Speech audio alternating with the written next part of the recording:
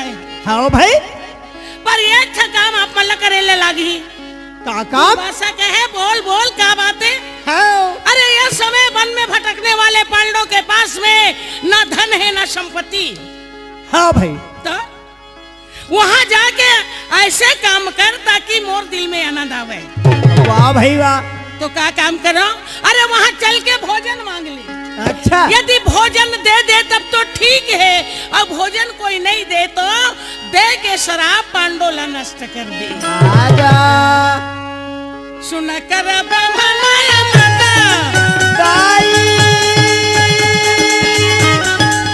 सुन कर दादारिया माता लगे भाई पर मनोकामना चला ना कर भैया वही मनोकामना चला ना लगे ना ऋषि दुर्वासा दाई बोले भाई पांचों भाई के पास चले के खाती दुर्वासा ऋषि अकेला नहीं 60,000 चेला लेके वाह भाई वाह। लेके तैयार।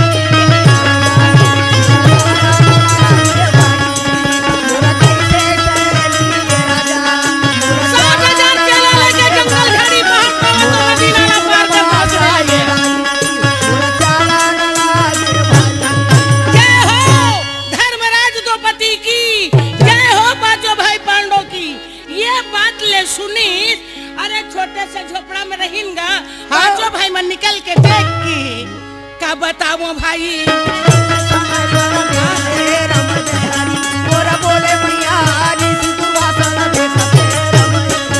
अरे देखे दुर्वासा ले घर में घायल हो गई। हे भगवान अब मैं क्या करूं? एक नहीं 60,000 हाँ भाई शिष्य धर के आगे हैं। अच्छा और यह समय महाराज का की दी न का अब मैं एकर मन के बात ला तो जाने सको नहीं। नहीं और भी धर्मराज आधा डर आधा बल करके दुर्वासा ले बोले महाराज वाह भाई वाह। हमारे छोटे से कुटी माँ आप मन के चरण पड़ी तो हम तो धन हो गए। वाह भाई पर इन जैसे अभागा के यहाँ दर्शन दे के कारण हंस के दुर्वासा कहे धर्मराज आप धर्म के प्रतीक हो, धर्म देवता के पुत्र हो। धर्म करे मैं आप मल्ला कभी दुख और कष्ट नहीं होए। मैं अपन शिष्य मन के संग में आए हूँ और सबे जन मन 3-4 दिन हो गए खाए नहीं है। यदि हमारे मन पर भोजन की व्यवस्था कर देते हो तो हमारा आत्मा शांति हो जाती। जय हो दाई। ये बात ला सुन के धर्म के आत्मा भगवान से पुकारने लगे हे दीन दयाल दया के सागर मुरलीधर कन्हैया अब तो दुर्वासा के हाथ ले द्रौपदी सहित पांडव बचना मुश्किल है। वाह भाई वाह। अरे देखे तो धर्मी घायला बदल बोले दाई वही समय लगा तेरा ये राम जय हरि। प्रभु तोर अलावा दूसरा कोई नहीं है। द्रौपदी के बिखरे हुए बाल चंडी के तरह दिखने वाली दुर्वासा के बोली ले सुन के ठाड़ सुखा गई। हाँ मैं नारी हूँ, घर में चाउर दाल नहीं है। अरे चाउर दाल ला कौन पूछे, नमक नहीं है। आओ भाई अब अटक जन दुर्वासा अपन चेला लाने हैं, मैं कैसे ढंग के का करूँ दाई। वाह भाई वाह। आज नारी के घायल मोहना सुन बोलते वही मनोहर बोला ए राम जय हरि। द्वारकाधीश मन ही मन मुस्कुरात रहे। द्रौपदी के दर्द भरी कहानी श्री कृष्ण याद करे। द्रौपदी तोला मैं कृष्ण नाम दे हो एकर खाती कि मैं तोर दुख और सुख ला काम दूं। आओ आज मोहन देख के गायला बदन वही समय कर बेरा ए राम जय हरि। नारी वही समय में वो बोला थे राम जय हरि। मोरा मैया वो कैसे मजा कर बोला थे राम जय हरि। सुन ले बे भैया कहना बचन मोरा माना राम जय हरि। दीन दयाल दया के सागर धर्म या द्रौपदी के यादगार में होकर परम भक्त के या दशा ला देख के श्री कृष्ण जी झटके पड़ा। वाह भाई वाह। धर्मराज हाथ जोड़ के कथे महाराज आप मन देरी मत लगाओ, जाओ जाओ जल्दी स्नान करके आ जाओ। हाँ भाई।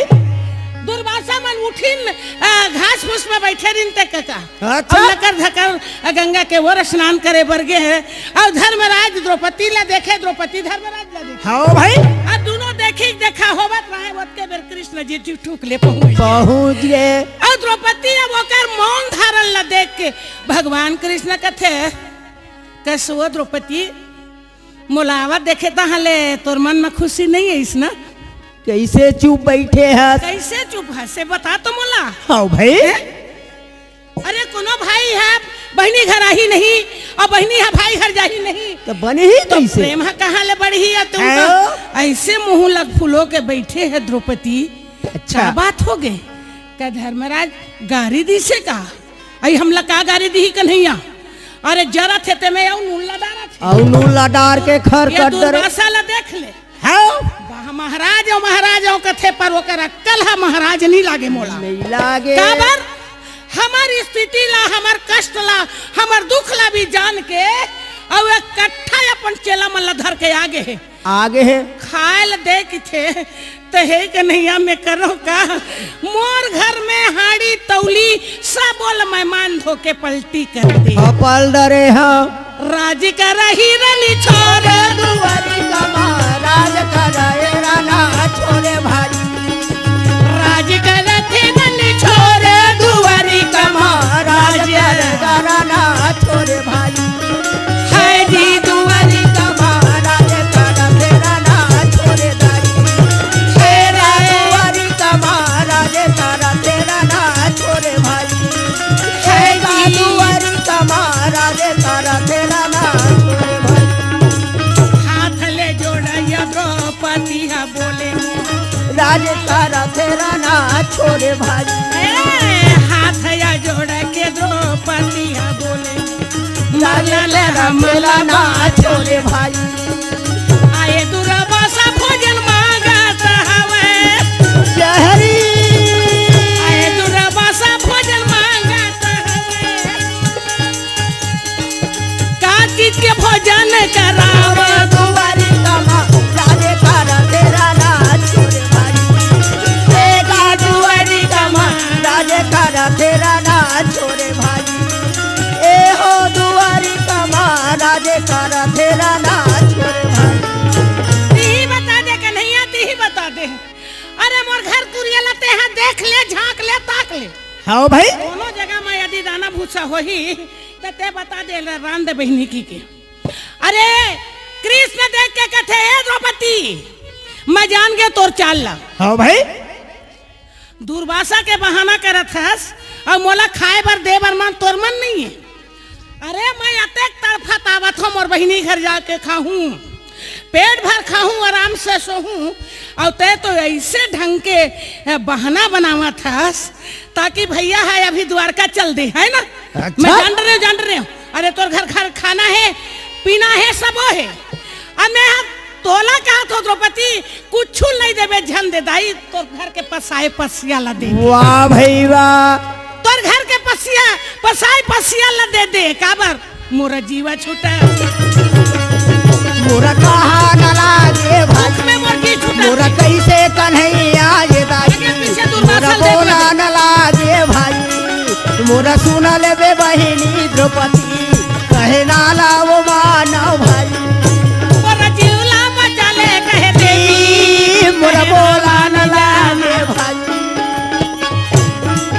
मोरा प्राण ला बचा ले कहे मोरा कहा न लागे भाई। तोरा पसाए या पसिया ला ये भैया मोरा बोला न लागे भाई। मोरा कहे न बचन लाए बहिनी। मोरा मारी वो जाना भाई। मोरा कैसे गए दिन ये मरई। मोरा बोले भगवाने हाथ आई।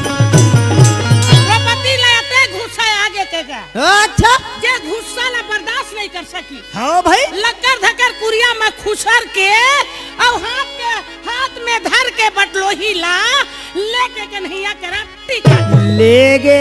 ले ले ये ले ले और एकर अलावा कोनो मोर घरऊ बर्तन होही देख ले। देख ले। भगवान भगवान बड़ा प्यार के साथ वो बटुआ अपन हाथ में लेके हाँ और चारों तरफ ले घुमा के देखा तो द्रौपदी के आंख में आंसू भर गए। कन्हैया जय हो क्या बताओ मोहन मोरा गाना कर मेरा ए राम जय हरि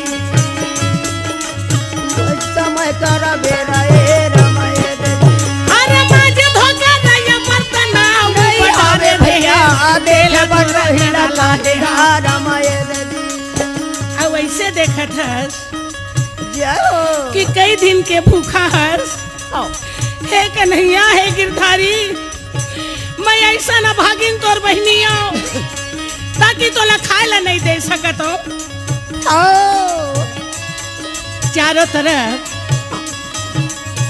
चारों तरफ बटुआ ला घुमावे होगा कतको सुंदर स्त्री बन मान थो डरखन का अच्छा दबो न दबो कुछ न कुछ यन के यन सहा बटलोही में लटके रही से ओला श्री कृष्ण जी चटके रहे दाना नखून में खटोनत रहे।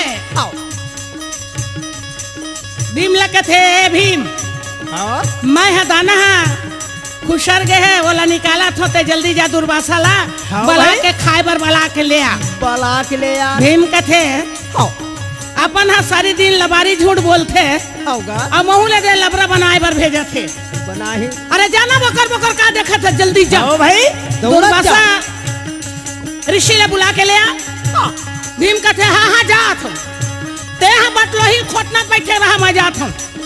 गुस्सा तुम्हारे निकल गए भीम दुर्वासा बुलाए खातिर तमाशा श्री कृष्ण द्रौपदी ले देखत रहे और नखून में छोटे से कंकर अन्न के लटके रहे बोला घिस के निकालत रहे और हाथ में उठा के और जो ही मुंह में डाली से कका जय हो दाई जय हो अरे देखा दुर्वासा या ऋषि के बेटा बोले तेरे खीरा सोहारी लगाए हम ऐसा ढकारा है कैसे मोर पेट है फूलते यार वो कथे गुरुजी हमार पेट कैसे फूला थे ओकर पेट ला वो चपके ओकर पेट ला वो चपके अच्छा भीमसेन हा गदा धरे धरे बकोर बकोर देखा है ये पंडित मन इसने नहा थे कहा रे अलकरहा ओकर ऊपर वो पटकत होला वो पटकत है पर वो पटकत नहीं रहे पेट के पीड़ा मारे यति ले यति ढोलगत रहे गुंडत रहे अपन अपन बारे ले चपकी चपका हुआ थे भीम देखे के गी वही तमाशा ला देखते रमन भीमसेन देख के हमारी हिम्मत जुटावे वही तमाशा ला देखे रमन मोरा भीमे भैया मन मनाए बिना दूरते रमन बस अरे मैं तो सोचत रहे हो ब्राह्मण मन सुंदर नहाते हाँ भाई या पानी के भीतर मल करहा पटकी पटका होते ये लइका मन नहाते तैसने नहाते ये मल्ला हो गए का कैसे ढंग के हो गए हैं अरे जब ले जाके नहीं बोलूं तिकर मन के अलकरहा नहीं हां बंद नहीं होवे हाँ भाई भीमसेन जाके दुर्वासा ऋषि लगे थे महाराज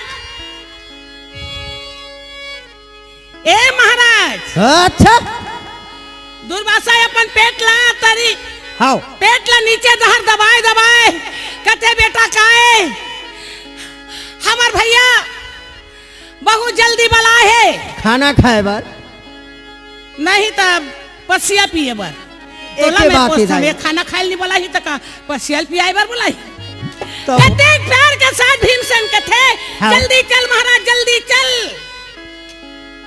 तुम्हार मन के खीर सोहारी आनी बानी के द्रौपदी हो बनाए हैं और खाए बर जल्दी बुलाए हैं वाह भाई वाह अरे देख के दुर्वासा कहे भगवान खाए पिए नहीं अंत तत्का धूंगिया ढकार में मरत हम जय हो और ले खाले की के कोई बार बलाव। द्रौपदी खवाई तब हमार पेट हा फूट जाही कहे ओ भाई जा भीमसेन जा संसार में धर्मराज के जीतने वाला दुनिया में कोई नहीं हम अनाते छन बेटा ते जाके पतरी उतरी ले लगाबे हाँ भीमसेन दौड़ा तावे पतरी लगा हूं की के और दुर्वासा मन प्राण लेके भगा गए अच्छा जय हो या भोला तो जय हो वे भाई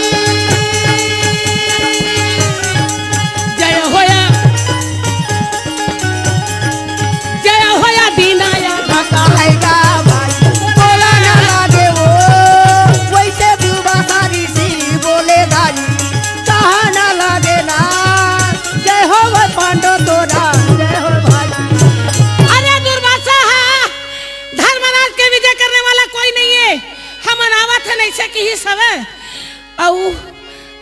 हो गया, लहुट लहुट के महू देखे हैं भैया। हाँ भाई। मन पानी लेने निकले तो हमें खिसिया के पर आ गए। हाँ मैं एक नौ जाग देख ले, कहा जा जा जा देख ले। कन्हैया कथे मज्जा मज्जा ओ मन प्राण लेके भगा गए, खाए के मन नहीं रही तेकर सेती बहाना बनाए हैं। वाह भाई वाह।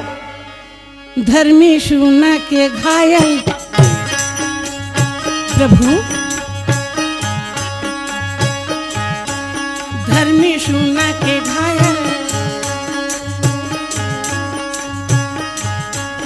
कैसे बोले मुरारी, कैसे कहे कन्हैया, तोरा बोली में भागे है तोरा बात। बोलेगा वही वो समय करा मेरा दादी, मानो के जाए जाए हवे भाजी। ए काका, ये बात ला हंसत हंसत भीम को तरफ देख देख के कन्हैया मुस्कुरावे। हाँ। तो भीमसेन गुस्सा हो गए। हाँ। जैसे मैं दुर्वासा ला भगा दे हूँ, वैसे मोला गुर गुर के देखा था। वो खाना पीना कोनो डहर गए गुस्सा के मारे, तो बचले के तैयार। मोरा होवा न लागे भाई, मोरा वही वो समय में ये दाई, मोरा बोला न लागे भाई, मोरा भी में डबली हाय भैया, मोरा कहा न लागे भाई। चला देखा बजरंगा, मोरा देव बोला न सतावे लागे भाई, चला देखा बजरंगा बलि जी, मोरे कहा न लागे भाई, भीमसेना का रघु समझ भाई आग लागे। लागे भाई। बजरंग के भीमसेन के गुस्सा में आग लगे हैं आग। मोरा भी मिला जा देखे भाई, मोरा कैसे कन्हैया ये मैया, ये मुस्कावा न लागे भाई। और झपा के कथेरक बाप रे बाप, अतेक मोटा के लकड़ी है, रद्दा ला छेद के बैठे रखे हैं। हाँ भाई। तो ये मराने वाला है कौन? कहत कहत देखे तो वीर बजरंगबली बगल में बैठे रहे। अच्छा। एकरे पूछिए। हाँ। नानक जी दिखत है। हाँ भाई। अब उम्र है, बुढ़ापा आगे है, अब गोल मटोल लेकर पूछी है, लंबा मारे है। मारे है। ए बेंद्रा महाराज, तोर पूछी ला थोड़ा से रास्ता ले हटा दे। हाँ भाई। मोला काबर जंगल के अंदर जाए बर है, लकड़ी इकट्ठा करहूं। जाना है। ए बेंद्रा, अरे सुनाई देते कि नहीं? बस केला खाद बैठे रही। मोरसा पूछी ला हटा दे, पूछी ला हटा दे। हनुमान के थे बेटा, मोर उम्र ला देख ले। हाँ भाई। कई साल बीता थे, पूछी है ओसने मारे है। अब कतको आवा थे, कतको जात थे, तन मन हा नहीं बोले। पूछी ला छलांग के चल दे थे। चल दे थे। ओसने तहू चल दे। भीमसेन कथे मैं ऐसने जवैया न हो। हाँ भाई। काकरो पूछ ला लांग के जाना, काकरो पूछी ला खूंद के जाना। अब अभी हुरहा में खुंदाती तो चुर चुर ले हो जा रही थी। हाँ भाई। बड़ा गोठियाए पर बैठे, हटा ला नहीं कनी। तारस नहीं। तारस नहीं, तारस नहीं शब्द ला सुनीस तो बजरंगबली है कथे, ये भाई मोरे पूंछा हटा दे, पीछू डाहर ला दे, मोरे पूंछा हटा दे, पीछू डाहर ला दे। घामा में की पता पूछी हमारे हवे। बोले भाई कहे ना बाचला भैया मानव भाई, पूरेगा पूछी लाए हाथ में भाई। ये पूछी ला हटा दे और पाछे तरफ ला दे, कहे भाई वाह भाई। गजब दिन हो गए, पूछी ला मारे मारे वही मेरे वाह परे हवे, कहे ओ भाई। हिल पहली निकी दे रही थे, मैं पहली उठा दे रही थी। हाँ भाई। देरी कोती गदा ला धरे रहे। अच्छा। और जेवनी हाथ में उठावे टस मस नहीं होवे, तो डेरी गदा ला जेवनी करके धर ले। डेरी हाथ में उठावे। हाँ। पूछी जब नहीं उठाए तब गदा ला मड़ा की अच्छा। पकड़ के पूछी रे उठावे लगे दाई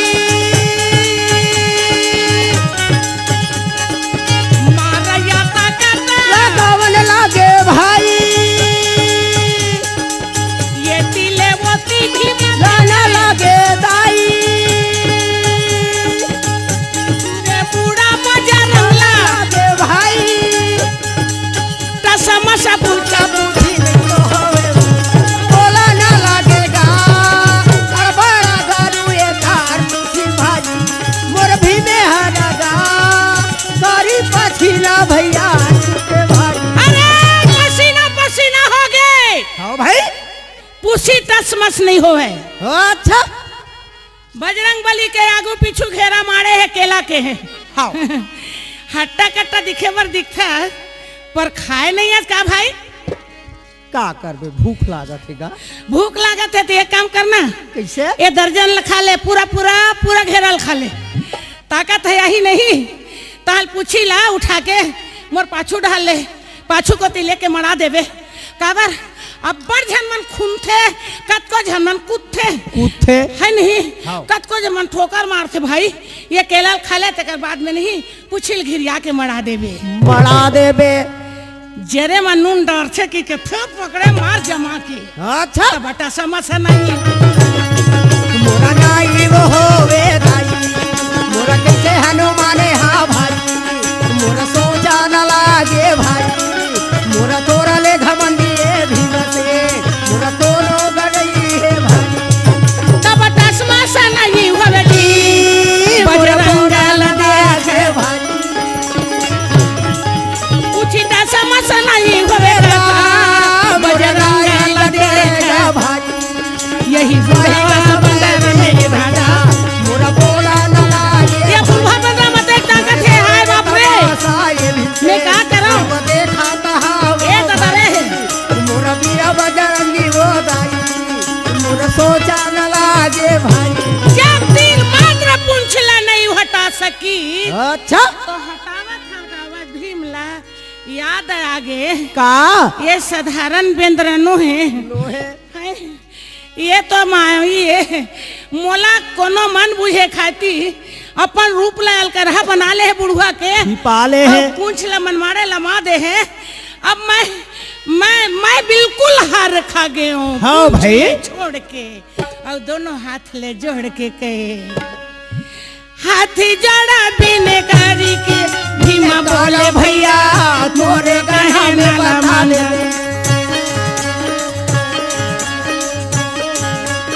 अजी हाथी जड़ा बिने करोगा बिने करो भैया तोरे गाएगा नाम तह कौन हजी राम राम तह कौन असना सिया रामा तोर नाम यो गाँव बता देगा ये बता दे रे बता दे तेरा नाम हटाएगा ये बता देगा रामाय देवी काबर ये तोर नाम और तोर गाँव ते कहाँ कर रहिया आज के जंगल में दिन बिता था कि कोई देवी देवता आज भाई के दादा मैं हार खा गए हूँ ते अपन नाव गाँव ला बता दे बजरंग बली भीमसेन ला नीचे ऊपर देखीन अच्छा बड़ा घमंड के साथ कृष्ण के बोली में गुस्सा करके निकले हैं वाह भाई वाह छी उठाए के तो ताकत नहीं है नहीं है हैं अब ए बुढ़वा बेंद्रा कबे ले लगावत रहे हैं चिल्लाइस और थक गए तब के दरियल्लर खा के मुल पूछत है अब तब के बुढ़वा बेंद्रा के राम के भक्ता बजरंग भाई राम के भक्त बजरंगी आवो भाई सीता माता के मनाते आवे भाई मोला नाम हनुमान तोरा बोलेगा भाई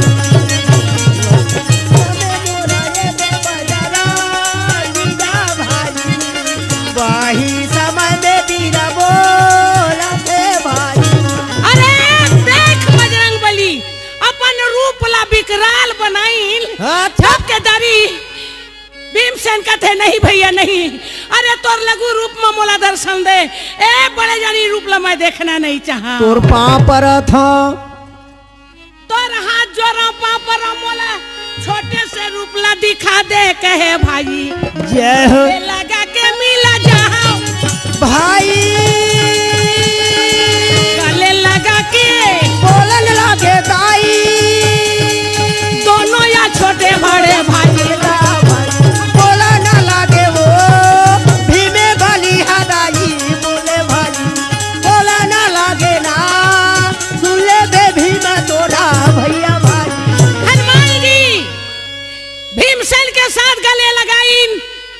और लगा के गले कहे भीम, ज्यादा के अभिमान, ज्यादा के घमंड ये शरीर के भी नाशवान होते और कुटुंब परिवार के तक खोजे थे। कर ले ये रीस दुखला सब ला छोड़ दे भाई। हाँ भाई, और श्री कृष्ण से मिले बर चल दे। लेबर चले जा। चला कर कहाँ न लागे भाई, मोरा वही समय में ये दाई, मोरा भी मेला बोले भाई, मोरा तेता के बजरंगी ये मैया, बिरा हनुमान आवे वो दाई। तब दौड़ा या मुरारी संग जी मोरा गले लगावे भाई, तोर जय होवे जय हो कृष्ण तोरा जय जय हो ही भैया, मोरा रीसा यो राड़ा लाये मोहा मैं क्षमा कर दे। ये भाई, तोरा जय मैं हो ज्यादा रीस ना करे हूँ, बोले क्षमा कर दे मोरा कन्हैया। भी बजरंगी भाई, मोरा भी मेरा बलीला ये भैया, आदि से न देवे भाई। बजरंग बली अपन घमंड ले दूर कर और श्री कृष्ण जी ले बड़ा प्यार के साथ मिला था वे काका। जय हो। श्री कृष्ण कथे बहिनी ए मोर हाथ के बटवा ले, हाँ, लाख करोड़ सेना सगाला ब्राह्मण के सेवा करबे, हाँ, पति के पहली ते मत खावे ना, हाँ भाई, और भूख लागत की के खा बोझ देवे तो गड़बड़ा जही। तो सोच ले तोर पांचों जन पति पर भी खाना नहीं बाचे। नहीं बाच ही, सबके सेवा करके पांचों पति ला भोजन करा के और बड़ा प्रेम के साथ तय भोजन पावे तो सदा सुखी रही रे ओ बहिनी। देवी द्रौपदी दोनों हाथ जोड़ के कहे कन्हैया तोर मुरली में जा, लगे कन्हैया तोर मुरली में जादू लगे, कन्हैया बंसी में जादू लगे, तोर मुरली में जादू लगे, मोहन बंसी में जादू लगे, तोर मुरली में जादू लगे हैं, तोर बंसी में जादू लगे हैं, तोर मुरली में जादू लगे हैं, तोर बंसी में जादू लगे हैं, तोर नैना में जादू लगे